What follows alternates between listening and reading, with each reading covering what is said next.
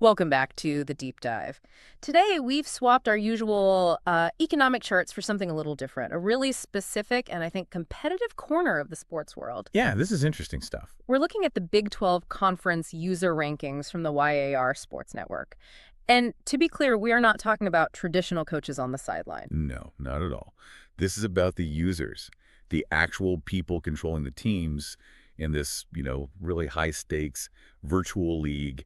It's about their play calling, their stamina, their psychology. Okay, let's unpack this then. What we have is this incredibly detailed breakdown of seven very distinct personalities in this one conference, and it's all written in this very specialized, very blunt jargon. No holds barred, for sure. So our mission today is to cut through that insider language and really pull out the key strategic insights. Who are the real threats? What makes their style unique? And I think most importantly, why does the source warn that this conference presents real problems? What's fascinating here is just the sheer level of detail they go into on these competitors. This isn't just a win-loss record. Right. It's a full-on scouting report on human behavior. And the source, it immediately creates this split. You have the undisputed elite guys, the ones who win the titles. Okay, the top tier. And then you have the others, the high potential but, really unpredictable players who are defined by these specific exploitable quirks. We're looking way beyond offense and defense here. So if we're going to analyze that blueprint, we have to start at the very top. With Coach JP at Georgia, the source just gives him this title right away, the Audible King himself. I mean, that's not just about skill. That's a statement of power, isn't it? It absolutely is. That title, it signals adaptability. It means JP can come out, he can look at your defense and just completely change the entire play before the snap. So you can't just pre-call your defense and hope for the best. No, you can't. You're constantly worried about how he's going to adjust in real time. And that forces you, the defender, to be predictable, just so you can stay aligned. It's a huge advantage. And the description of his offense is, well, it's pretty simple. The source just says it's hell straight up. Yeah. But what I found so interesting was his evolution. He used to be known as strictly pass first, but now they're saying he's hell on the ground too. And just think about the defensive sacrifice that requires from an opponent. When he was just a passer, you knew what to do. You get your best cover safeties, you focus on pass rush. Right, to build your team to stop that one thing. Exactly. But now that he's dominant on the ground, you have to bring in bigger linebackers. You need defensive tackles who can stuff the run. You can't optimize for both at the same time. JP forces you to pick your poison, and then he exploits whatever you didn't pick. And it's all backed up by history, right? He's a winner, bowl games in Madden, national championships. But this is where the competition gets, well, it gets expensive. This is a really vital piece of context the source gives us. This league uses a bid system. It's basically a salary cap where you spend currency to get the best rosters. Oh, okay. And the source is very clear. JP is definitely going to spend that money to get the team he wants. So he's not just the most adaptable player, he's also the guy willing to play the economic game to make sure he has better talent before a single game is even played. Precisely. And the warning is, it's right there. If JP gets the roster he wants in the bid system, you already behind. It's a mix of strategic brilliance and just, resource management. He's the standard. So if JP is this high-risk, high-reward chaos, the source gives us a perfect counterpoint in Coach JD at Miami. JD is the veteran. He's the rock. He's also won a lot of bowl games in Madden, so he has the history. But his whole thing is conservatism. Real conservative, unlikely to make many mistakes, pretty balanced overall. He sounds like the total opposite of JP. He is. JP thrives on chaos and big shifts. JD wins by just not messing up. You have to actively beat him because he is not going to beat himself. The sources say his user game is top tier. His control is just impeccable. But does that conservatism become a weakness? Does it make him predictable? That's the strategic debate, isn't it? Yeah. That balanced approach, it might struggle against someone with a really disruptive style, someone who just attacks one weakness over and over. His playbook might get a little too easy to figure out late in the game. Which leads to this critical unknown the analysis points out. His whole style was perfected in Madden. Right. And the source specifically says he hasn't been played in NCAA yet. And that gap is huge. Madden and NCAA can have totally different game mechanics, especially with QB movement, zone coverage. So how does his super disciplined, mistake-free style translate? That discipline could suddenly become rigidity. It could. But despite all that, the source is stern. It says, don't sleep on him. That kind of measured approach, that's a weapon that works no matter what the game is called. Okay, let's move into that second tier. These are the guys who are really competitive, but they're defined by these unique styles that can cause some friction, starting with Coach DMV at Nebraska. Yeah, this is where we move from grand strategy to niche exploitation. DMV came in last year and caused hell. And his signature move, his whole thing, is running the quarterback all damn game. And the source uses a very specific term for this. They call it running that cheese. For anyone listening who might not be deep in this world, what exactly are we talking about when we say cheese? So cheese is basically a strategy or a specific play that exploits some kind of glitch or unbalanced mechanic in the game engine. Okay. It's often really repetitive, super effective, and just incredibly annoying to play against because it's not based on sound football. It's based on breaking the game's code. And DMV running the QB like that, it definitely falls into that category. The analysis says he's a good user, real competitive, but it stresses he's definitely annoying to play against. Which tells you that preparing for him is as much psychological as it is strategic.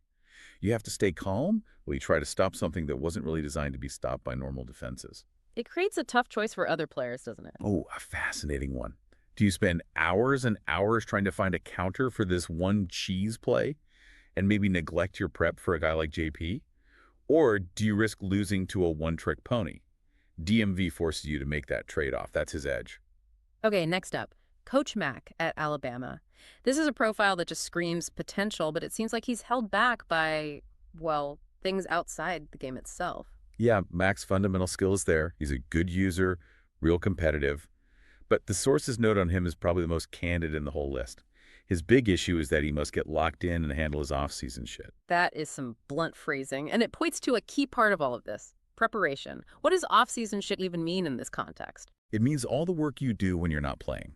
It's researching playbooks, building your roster, understanding your depth chart, all the homework that wins you the close games.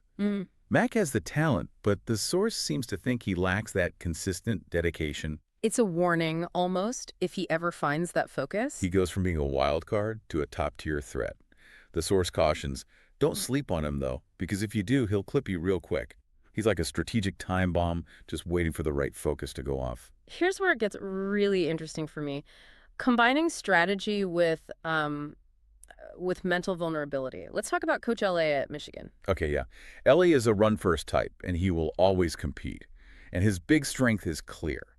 He's a really good user on defense, so when you play him, you expect a slugfest, a low-scoring physical game. But the source points out his Achilles heel, this huge mental vulnerability. If he gets down early in a game, sometimes the wheels fall off. And that one insight completely changes how you should play against him.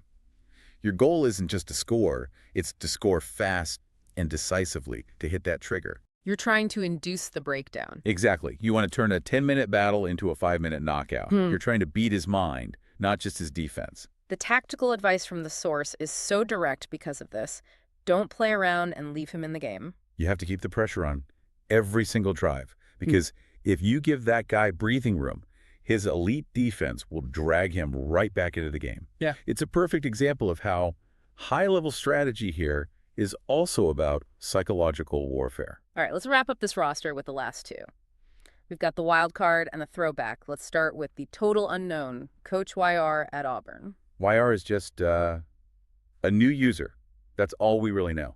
The expectations are based on pure rumor. The sources heard he's going to be good competition, but there's no data.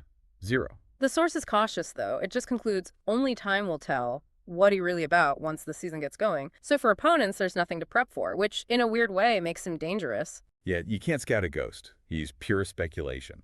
And he could bring a totally new style to the conference and mess up everyone's counter strategies. That uncertainty is his only asset right now. And finally, we have Coach Rod at Missouri, the legacy player with that very specific, very old school nickname. Rod is another guy who can definitely clip you. He's dangerous. But the interesting part is this bit of jargon. Back in the day, we used to call him a speed bum, and if you know, you know. That's a deep cut. For those of us who might not know, what does speed bum tell us about his style? It points to a specific era of these games where some users focused only on player speed ratings. They'd ignore everything else, strength, awareness, whatever, just to get the fastest players on the field. A glass cannon approach. A total glass cannon. A speed bum might have, sacrificed his entire defensive line just to get one super fast cornerback. It's an old school name for a high-risk style. That's fascinating. And the source confirms that even now he's still dangerous if you're not paying attention. Right. He's like a litmus test for your fundamentals. Yeah. If you get distracted by all the complex schemes out there and Mhm. forget the basics, a guy who just relies on raw speed will burn you. So, what does this all mean? When you put it all together, this Big 12 breakdown shows this just extreme strategic diversity. For sure. You've got the audible king in JP, who literally buys a talent advantage. You have the disruptive QB runner in DMV and the super conservative veteran in JD. And the core message is pretty clear. Winning in this league is less about who has the best team on paper and more about how hard it is to scout and prepare for all these different personalities. The source says it's got a lot of different styles, a lot of users who can get hot real fast. So success really comes down to deep user knowledge. You have to know how to counter the cheese, how to withstand JP's adjustments, and critically, how to keep the pressure on LA until the wheels fall off. Yeah, the analysis proves it. At this level, it's about personality, it's about resource management, and mental strength, which raises a big question for me. What's that? Which style is actually the hardest to prepare for? Is it JP, who can just out-talent and outthink you? Or is it DMV, who forces you to waste your prep time trying to counter a broken, repetitive tactic? Well, that's a tough one. I'd argue DMV is the harder problem, because he forces you to fight fair against something that is fundamentally unfair play. A really challenging problem to think about, for sure. Thank you for joining us on this deep dive into the YAR Sports Network rankings. Keep those notes organized and your counters ready. The source really emphasizes that this conference has users who can get hot real fast. So given everything we've seen, which coach, if they finally handle his off-season shit, like Mac, or if their Madden game translates perfectly, like JD represents the biggest unrealized threat here. That combination of raw potential and proven history suggests that if either Mac or JD hits their ceiling, JP might finally have some real competition for that crown. I think that's who everyone should be watching when the season starts.